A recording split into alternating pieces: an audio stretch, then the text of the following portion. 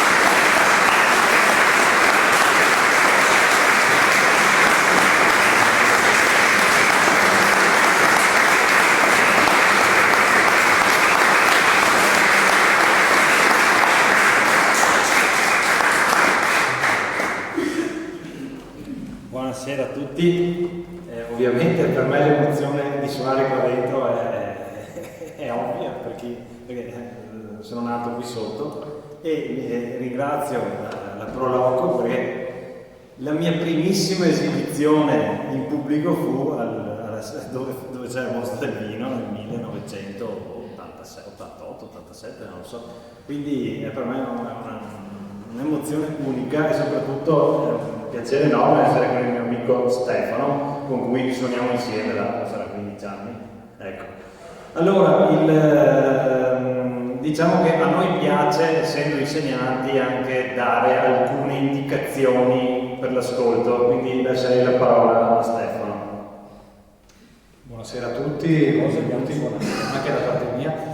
Abbiamo suonato una sonata per 2 violini senza basso di Georg Philipp Telemann e volutamente abbiamo deciso di non dire nulla prima dell'esecuzione per farvi assaporare 2 modi diversi di ascoltare la musica. Il primo modo, quello di cui avete appena usufruito, è quello, diciamo, per chi non sa cosa sta sentendo. Sente della bella musica, l'ascolta con piacere, speriamo almeno, e che vi sia piaciuto, ma dagli applausi direi proprio di sì, però non ha alcune informazioni su quello che ha appena ascoltato. Un po' come un profano di vini, come posso essere io, beve un bicchiere di vino, se lo gusta e lo apprezza senza però sapere nulla. E questa è una cosa giustissima, in particolare con la musica.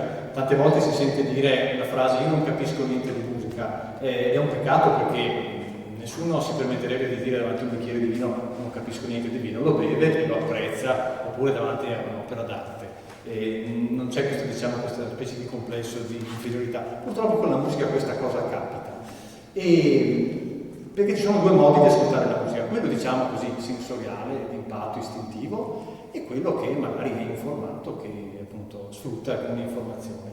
E il secondo brano che suoneremo di Telemann l'ascolteremo invece in modo diverso perché vi daremo qualche informazione e faremo una brevissima guida all'ascolto. Quindi proverete a vedere se si prova qualcosa di diverso a sentire un brano di musica dopo una spiegazione, dopo una breve guida all'ascolto. Ecco, allora, magari spengo il microfono e facciamo anche gli esempi col violino, se no. Ecco. Vai. Adesso vi facciamo sentire giusto 2 punti, 2 proprio poche battute del brano che avete appena ascoltato. Poi capirete perché. Allora facciamo la battuta, è 14 e 15 il primo movimento. Ok, faccio prima io? Sì. Aspetta, sì, ok.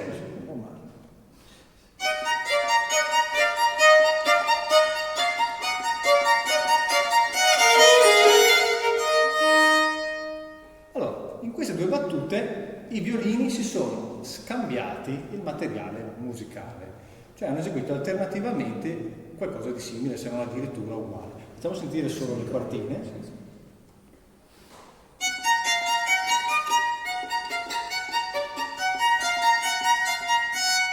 E l'altra parte fa così.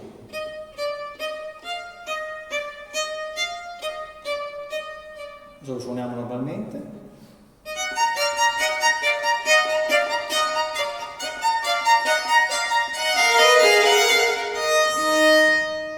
Quindi avete sentito che i 2 strumenti si scambiano e si alternano rapidamente con le stesse note. Vi facciamo un altro piccolo esempio e poi passiamo al brano successivo.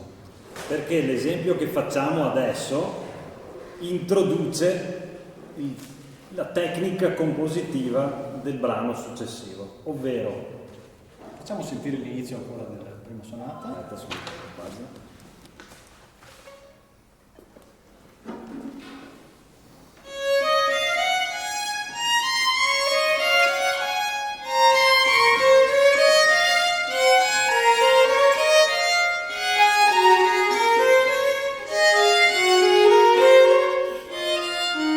Qui praticamente avete sentito che i 2 violini eseguono la stessa identica parte sfasati di un po' di tempo. Non sarà tutto il brano basato su questa tecnica, ma inizia con questa tecnica. La sonata che eseguiremo adesso, questa tecnica si chiama canone, la sonata che eseguiremo adesso è interamente basata su questa tecnica compositiva, è in 3 movimenti, uno veloce, uno lento e uno veloce, tutti e 3 costruiti su una melodia esposta dal primo violino, ripetuta a distanza di qualche tempo, perfettamente identica. Per capirsi, volendo potremmo leggere tutti e due lo stesso identico foglio, la stessa identica riga, semplicemente uno parte prima e l'altro lo segue a una distanza ben precisa, ma eseguiamo esattamente le stesse. Quindi la sonata numero 4, canonico numero 4 di Georg Philipp Telemann, che, come ha detto il mio collega, è in 3 movimenti.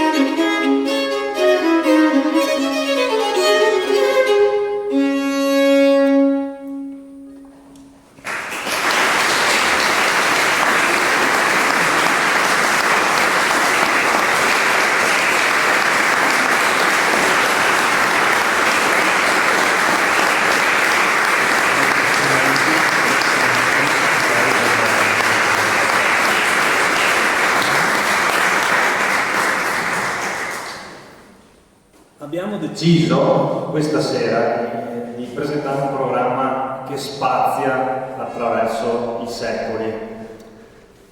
Questi brani erano di Georg Philipp Telemann, un compositore nato nel 1681 e morto nel 1767, e seguiranno dei duetti di Wolfgang Amadeus Mozart, compositore immediatamente successivo, e per questa prima parte del programma abbiamo deciso di suonare due violini dell'epoca. Nel senso, io uso un violino che è un liutaio veronese del 1745, originale, e il mio amico Stefano invece usa un violino dell'800 riadattato a come erano fatti i violini nel 700. In questo modo cerchiamo di riprodurre, per quanto possibile, alcuni aspetti legati al suono dell'epoca. Naturalmente sono sempre discorsi che lasciano il tempo che trovano, anche perché voi sapete che un violino con il tempo cambia il suono, migliora, si evolve, si sviluppa, per cui avere un violino del 700 è un violino che ha X secoli e quindi non ha il suono di un violino del 700 che era nuovo e quindi aveva delle altre caratteristiche. Poi, se vuoi parlare un po' di dire alcune cose dei violini antichi. Diciamo che le caratteristiche che più influenzano il suono sono la forma dell'arco, che nell'arco barocco è leggermente convessa, mentre nell'arco moderno, diciamo così, dall'800 in poi è leggermente concava, ma ancora di più le corde. Allora, le corde che si utilizzavano all'epoca sono di budello animale, e le corde, diciamo, più acute, le corde gravi, sono di budello animale rivestito filamento metallico, mentre per gli strumenti moderni, nell'arco ho già detto, le corde sono sintetiche, quindi nylon con rivestiti di materiale metallico, quindi sono comunque corde sintetiche che hanno un suono più brillante. E a parte questa differenza, sentirete poi anche chiaramente il repertorio è molto diverso, ma quello lo andremo a presentare più tardi. Adesso vi facciamo qualche piccolo esempio di Mozart per introdurre un nuovo concetto, un nuovo modo di scrittura musicale, e poi vi lasciamo l'ascolto di 6 duetti di Mozart. È una raccolta di 12, ne abbiamo scelti 6, alternando brani più lenti e brani più veloci. Vi aggiungo su una piccola cosa prima dell'esempio musicale: alcuni di questi duetti sono in forma di danza, sono dei minuetti, che era una danza tipica soprattutto del XVIII secolo, molto in voga in particolare nei paesi di area tedesca ma anche francese. Questo concetto della danza poi lo svilupperemo con Bartók, perché quasi tutti i duetti di Bartók che andremo a seguire dopo sono delle danze. Allora, la peculiarità che vogliamo farvi notare rispetto a quello che abbiamo appena ascoltato è che quello che abbiamo appena ascoltato prevedeva un utilizzo di due strumenti alla pari. Il canone era la massima espressione in questo senso, cioè avevamo la stessa identica parte. Qui invece si fa un salto e un violino ha un ruolo principale, quello della voce che canta, la melodia, eccetera, eccetera, e il secondo violino ha invece la funzione di sostegno, di accompagnamento. Quindi possiamo far sentire proprio un piccolo esempio dal 9. Questo è l'accompagnamento.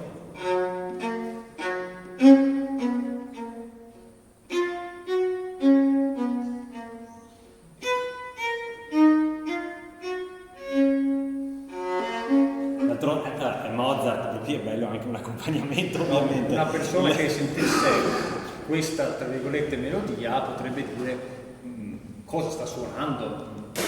Possiamo quasi dire che non ha molto senso, almeno non ha senso da solo. Se io suono invece la melodia, quindi tra virgolette la parte principale, che è questa,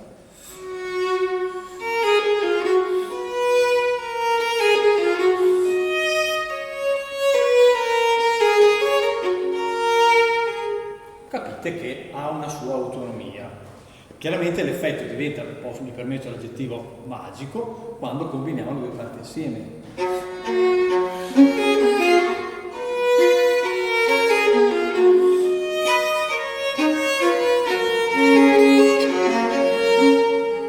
Ecco, in Mozart questo tipo di scrittura è quella, diciamo, prevalente. E vi aggiungo solo una piccola cosa, una curiosità: è il tipo di scrittura musicale a cui siamo più abituati anche al giorno d'oggi. Qualsiasi canzone pop o rock ha una linea melodica cantata dal solista o qualche volta dalla chitarra elettrica e accompagnata dagli altri strumenti della band. Quindi in realtà è un principio musicale a cui siamo molto abituati.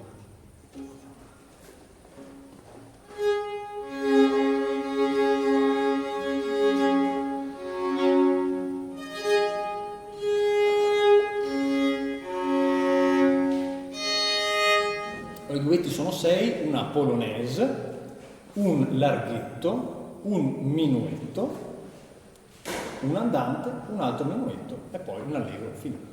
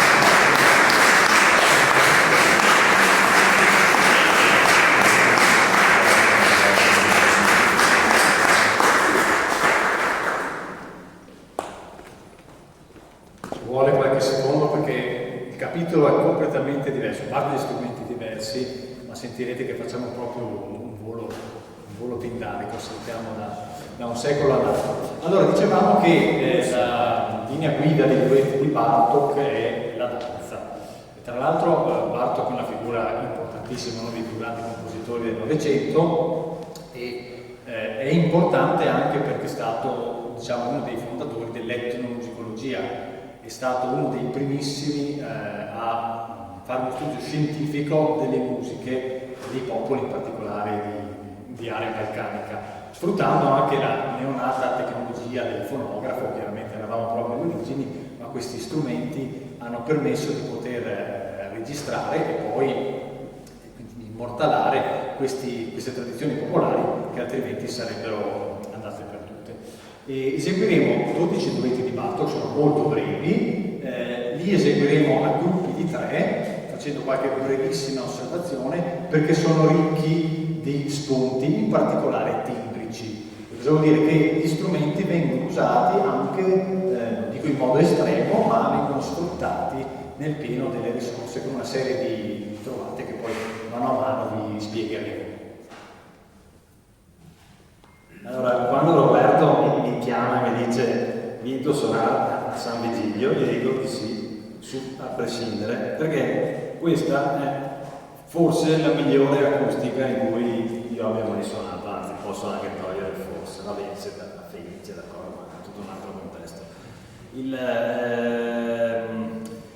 Abbiamo scelto appunto per valorizzare questa meravigliosa acustica due fasi, diciamo, molto lontane nella storia della musica, perché sono caratterizzate da grandi differenze proprio acustiche.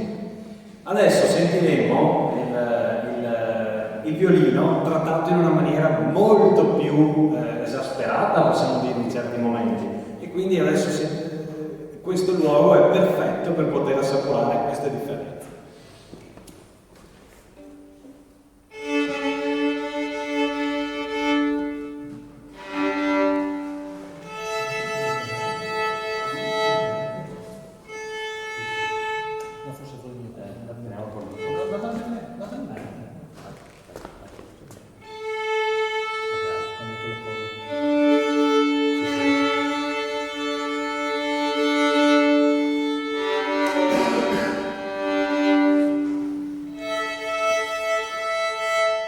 Soffrono di più i nuovi degli strumenti vecchi.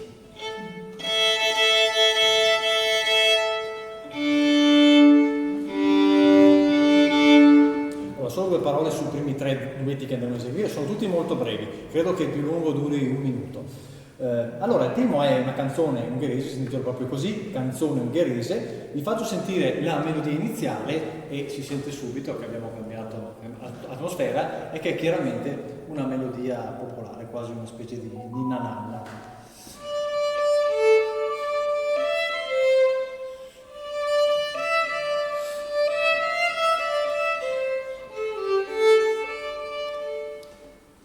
Il secondo... Una cosa, a differenza di Mozart, dove tutto suonava familiare, suonava rassicurante, suonava bello, tanto per usare un vocabolo banale, se noi sentiamo già come il secondo violino interferisce nella prima parte, sentite che comincia a mettere dei punti interrogativi nella testa di chi ascolta.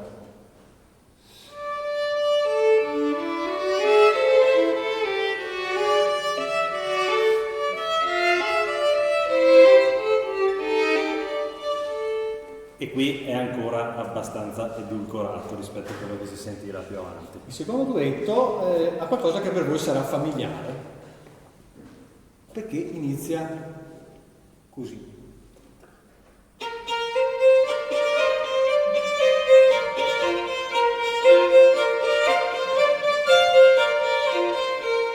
Anche se non sembra, abbiamo suonato le stesse identiche note. Quindi la prima riga di questo secondo duetto utilizza una tecnica molto antica, anche se l'atmosfera sentite che è completamente diversa, però questo è a tutti gli effetti un canone. Quindi lo stesso procedimento che avete sentito in Telemann.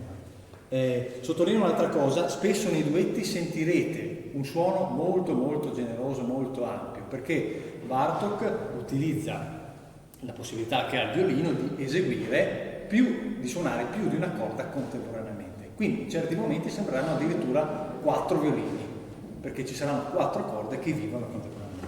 L'ultimo brano di questo primo terma, diciamo, di brani utilizza il suono delle corde vuote. Le corde vuote sono semplicemente le corde del violino come vengono suonate da chi è proprio alle prime armi, senza l'utilizzo della mano sinistra, quindi così, con le dita che non toccano le corde. Questo permette di avere un suono chiaramente molto aperto, che spicca molto rispetto al resto del brano.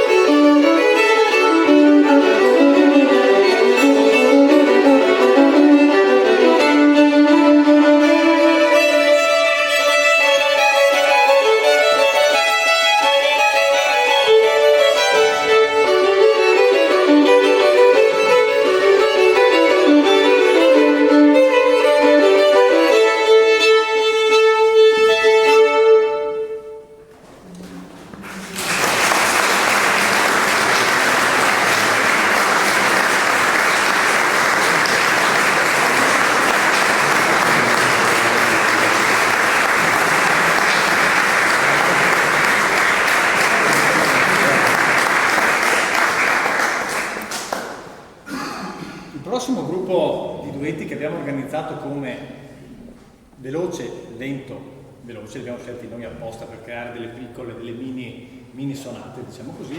Nel prossimo gruppo di duetti vedrete intanto utilizzato un po' di più l'espediente che già avete visto una volta fare da Giovanni del pizzicato, quindi il violino semplicemente che ogni tanto viene utilizzato senza l'archetto ma col pizzicato, e ci sarà in questi duetti che andremo a suonare un uso abbastanza ampio delle dissonanze di cui Giovanni vi ha parlato poco fa. In particolare il secondo brano è molto interessante, si intitola Addio alla sposa. E qui Bartók rovescia i ruoli tradizionali perché è il secondo violino che ha interamente la melodia, la parte principale, che viene, diciamo, tra virgolette, disturbata, ma non disturbata, resa più aspra e più intensa dalle dissonanze terribili che esegue il primo violino, in questo caso sono io, Quindi è una cosa di questo tipo.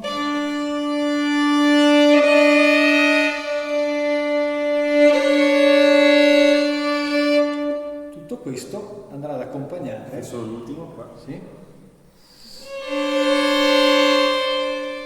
Sentiranno in alcuni momenti dei suoni di questo tipo.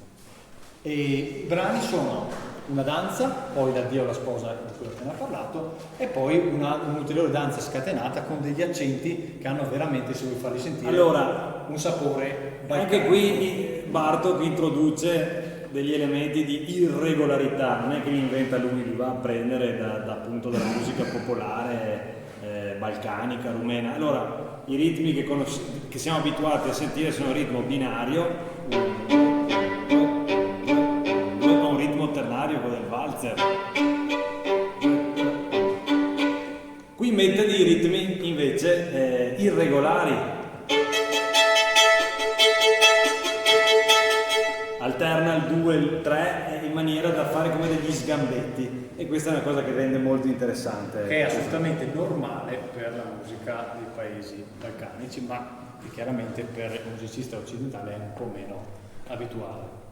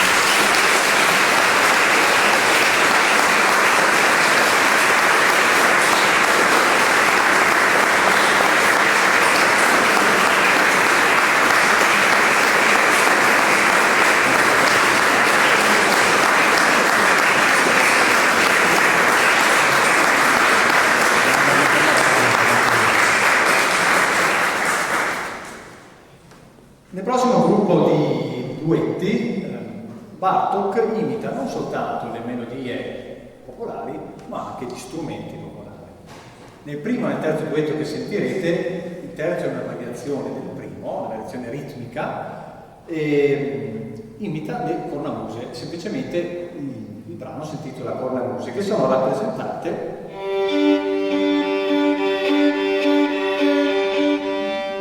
da questi suoni lunghi, tenuti, ripetuti e un po' ossessivi, mentre il primo violino esegue una melodia chiaramente popolare. Il secondo brano invece è un brano di carattere riflessivo, è una canzone, anche questa è una canzone popolare, nel quale però vi invito a riconoscere alcune dissonanze, cioè è abbastanza disteso come brano, un po' triste ma tutto sommato molto lineare, però ci sono alcuni punti, ci sono delle dissonanze che sicuramente adesso siete in grado di riconoscere.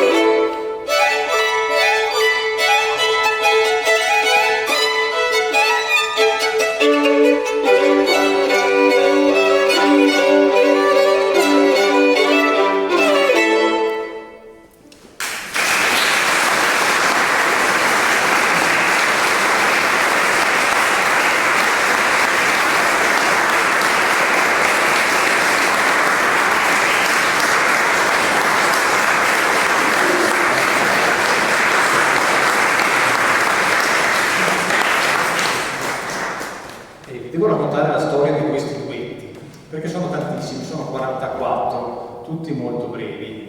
Erano stati commissionati a Bartók a scopo didattico da un insegnante di violino e pare che sia andata così. Bartók ne ha scritti un certo numero, poi questo suo amico, non contento, gli ha chiesto di scriverne un po' più facili, perché erano un po' troppo difficili per i suoi allori. E lui ne ha scritti un altro po', anche questi erano troppo difficili. Allora ne ha scritti un pochino più semplici e così, diciamo, andando, se vogliamo, a ritroso. Alla fine è venuta una raccolta di tanti duetti, anche se sono tutti molto brevi, come avete sentito. Diciamo che quelli che abbiamo suonato noi sono tutti, diciamo, dal medio in su. Dal medio in su, non abbiamo suonato i primissimi, che però sono degli autentici capolavori, anche quelli sono veramente delle miniature. Adesso andremo a eseguire gli ultimi tre, 42, i 43 e i 44, che sono quelli, diciamo, che hanno un effetto più impressionante, a volte quasi orchestrale, perché Bartók veramente usa tutte le possibilità tipiche del violino. Il primo è una danza araba, e riconoscerete subito all'ascolto l'intervallo musicale tipico della musica araba. Poi in questo stesso duetto Bartók utilizza qualcosa che addirittura ha preso il suo nome, che è il pizzicato alla Bartók. Si può fare addirittura più violento di così, ma c'è il rischio di scordare lo strumento. La corda viene presa da sotto, tirata, in modo da sbattere sulla tastiera quando ritorna alla sua sede. Il secondo duetto si intitola semplicemente pizzicato, quindi è interamente pizzicato, dall'inizio alla fine. Possiamo tranquillamente appoggiare l'archetto. E l'ultimo, in più quello che è più roboante proprio, è la danza transilvana, nel quale, oltre sempre a questo intervallo tipico della musica balcanica orientale che avete appena ascoltato, sentirete un ampio uso delle corde doppie. Molto spesso i violini suonano entrambi le corde doppie, quindi l'effetto è quasi quello di un quartetto. Buon ascolto.